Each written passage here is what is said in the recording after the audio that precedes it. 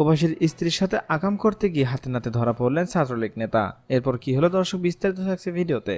নাটোরের সদর উপজেলার লক্ষ্মীপুর ইউনিয়নের অর্জুনপুরে এক দুবাই প্রবাসীর স্ত্রীর সাথে অসামাজিক কাজ করতে গিয়ে এলাকাবাসীর হাতে গণধোলার শিকার হয়েছেন ছাত্রলীগের সভাপতি মোহাম্মদ শাহিন আহমেদ রকি। শনিবার রাতে হালসা ইউনিয়নের ১ নং অর্জুনপুর এলাকায় এই ঘটনা ঘটে। ছাত্রলীগ নেতা শাহিন আহমেদ লক্ষ্মীপুর ইউনিয়নে হজরতপুর বাবুল হোসেনের ছেলে। স্থানীয় সূত্র থেকে জানা যায়, হালসা ইউনিয়নের অর্জুনপুর এলাকার এক প্রবাসীর স্ত্রী 2 সন্তান নিয়ে বাড়িতেই বসবাস করে আছেন। স্বামী বাইরে থাকার সুবাদে ওই গৃহবধূর ওপর চোখ পড়ে পাশের বাড়ির লক্ষ্মীপুর ইউনিয়নের সভাপতি রকির। তিনি শনিবার রাত 8টার দিকে ওই প্রবাসীর বাড়িতে এসে কথাবার্তা শুরু করেন। বিষয়টি স্থানীয়দের মনে সন্দেহ সৃষ্টি করে। পরে রাত 9টার দিকে স্থানীয় লোকজন গিয়ে তাকে হাতে নাতে আটক করে এবং গণধোলায় দেয়। এলাকাবাসী গৃহবধূ 2 সন্তানের কথা চিন্তা করে রকিকে গণধোলায় দিয়ে আটক করে মীমাংসার চেষ্টা করছে।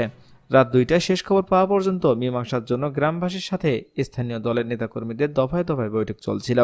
ঘটনার প্রত্যক্ষদর্শী ও এলাকাবাসীর সূত্র থেকে জানা যায়, আটককৃত ছাত্রলীগ নেতা রকি দীর্ঘদিন ধরে ওই প্রবাসীর স্ত্রীর সাথে অনৈতিক সম্পর্ক করে আসছিল।